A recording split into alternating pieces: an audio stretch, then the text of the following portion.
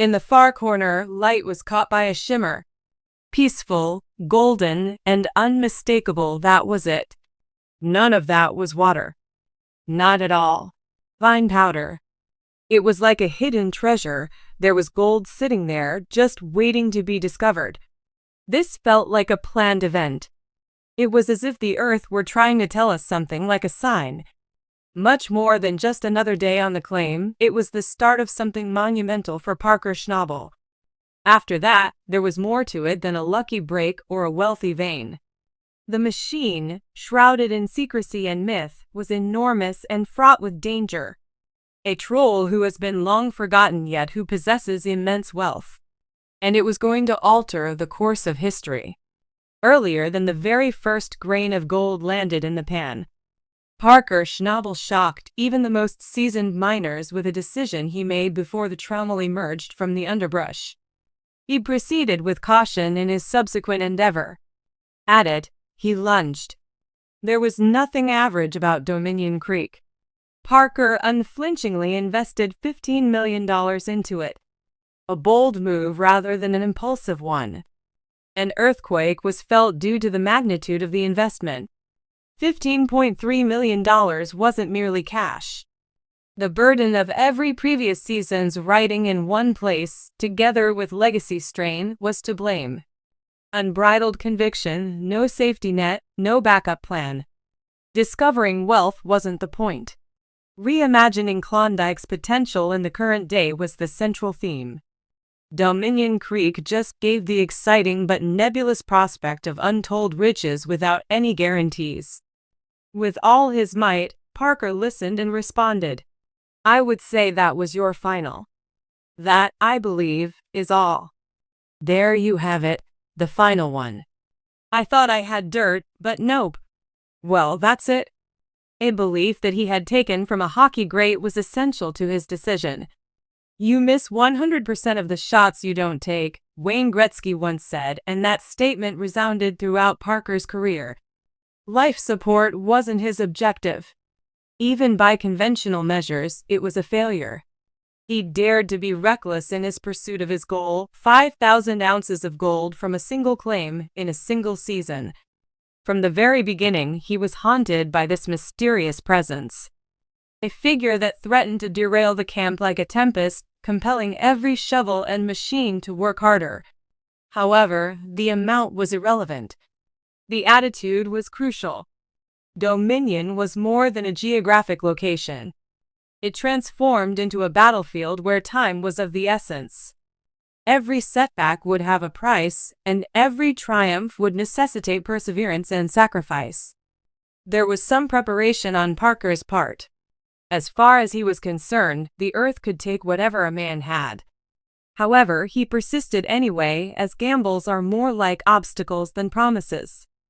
More than anything else, this was the test of his mettle. Clear skies do not accompany bold dreams. Along with storm clouds and broken gear, they bring with them the promise of something worthwhile to pursue. And just that flicker was sufficient. Another fight awaited with each new daybreak.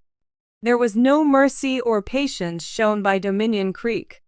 The crew was roused from their slumber by the sound of grinding steel, engines choking, and Earth's stubborn refusal to yield. It seems like there's more trash in here than we expected, huh? Because I've encountered sections of this area with 8 feet of that large, coarse rock, I'm willing to estimate that there is at least 5 tons of waste here. Yeah. How much time will it take you? I have no idea. Gravel, you have it in spades. It felt like a constant uphill battle every shift, a merciless loop that gnawed at both humans and machines. Rock and river surmounting gear started to go apart. Once booming with self-assurance, massive loaders, towering wash plants, and excavators now moaned with fatigue. They had to keep going nonstop all day long. If the motor came to a halt, the vision vanished. Hours were lost due to a single breakdown. Time lost equals money lost. With the gold gone, the $15 million gamble was going down the drain. However, the most formidable obstacle was the terrain itself. Subterranean, the icy ground fought back. Drill tools and steel were shattered by the hard permafrost layers. The undercarriages of machinery were ground to dust by the sudden appearance of jagged rock beds.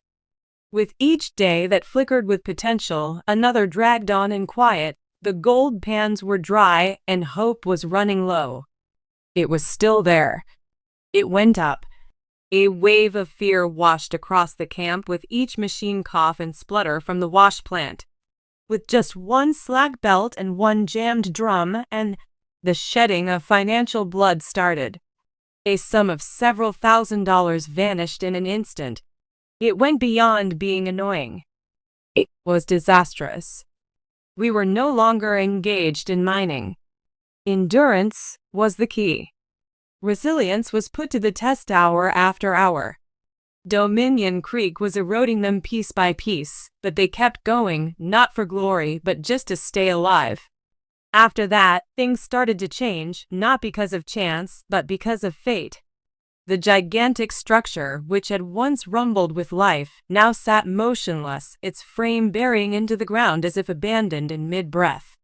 Its panels were entwined with branches.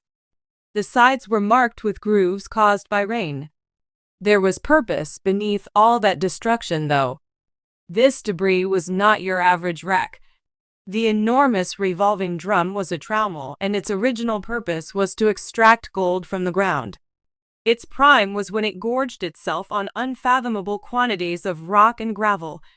It was built for volume rather than accuracy, and its inner barrel spins mercilessly in motion.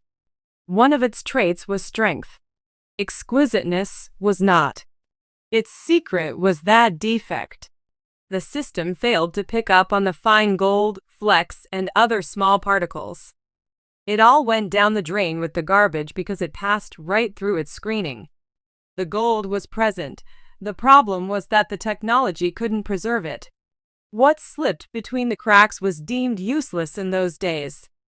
That trash hasn't even gone far yet, but it may be worth millions today.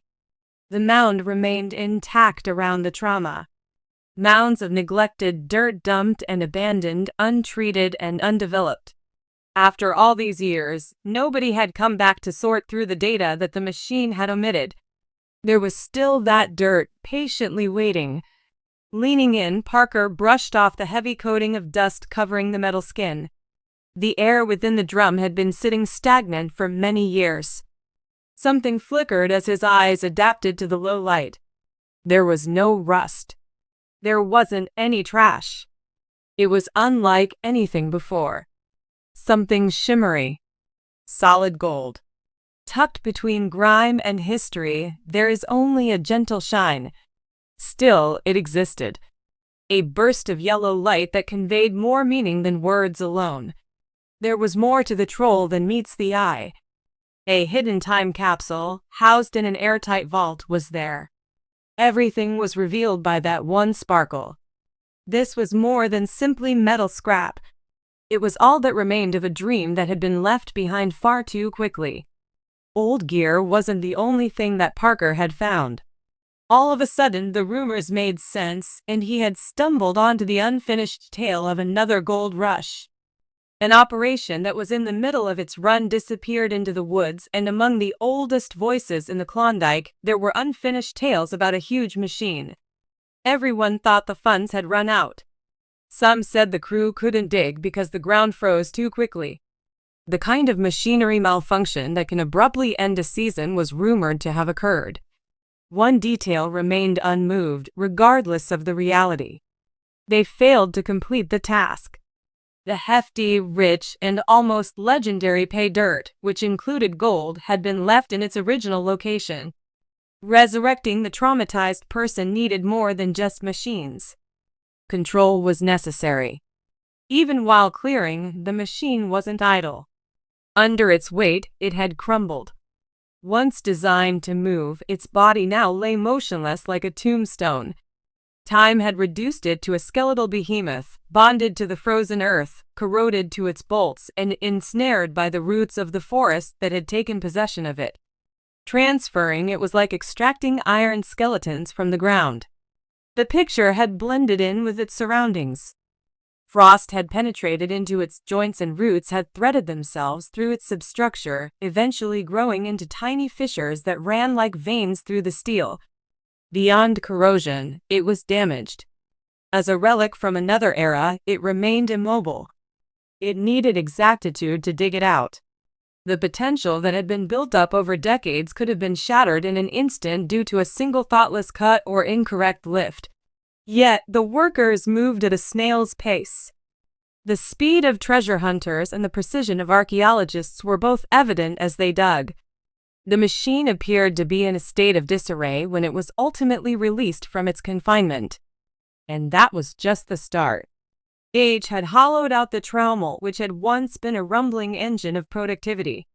The handcrafted barrel, which served as its central component, was pocked with holes, beaten up by rust and marred by the effects of ice expansion over the years. Every bolt was securely fastened. Nothing would budge the gears. Every part was unreliable. It wasn't a repairable problem to get it running again. The event was a rebirth. An extensive restoration beginning from the ground up. It was necessary to re-evaluate, re-engineer, or replace every single item. The majority of the parts hadn't been produced for decades. Forging would be necessary for some. Starting from the beginning. And maintaining its functionality would be an endless struggle. Pay close attention to every frame creak and drum stagger. No relief would come. Repairs would not be a regular occurrence. Occupation would describe it. However, Parker's team showed no fear. Not only that, but they weren't after just ounces of gold. A symbol was being restored. And former Age had once placed their hope in the troll. Plus, it had evolved into something else entirely. A legend breathed new life into the modern world of iron and perspiration. Every turn of the bolt and every weld they placed conveyed a message. Prior events were significant. They had evolved into more than just miners. They were the guardians of a myth. Another finding was quietly unfolding only steps away from the trauma as sparks flashed and steel clanged under the ship. They uncovered heaps of dirt that had been haphazardly abandoned by miners who had never had the opportunity to complete their work decades ago. It was useless to those without expertise. It was a chance for Parker's squad. This was the sweet spot. Parker was restoring the exact same machinery that the original miners had used to process the material they had dug up and set aside. They weren't able to proceed, though, possibly due to inclement weather, setbacks, or some other factor. Whatever it was, they had already left before Saul even set foot on the golden side. And nobody had messed with it ever since.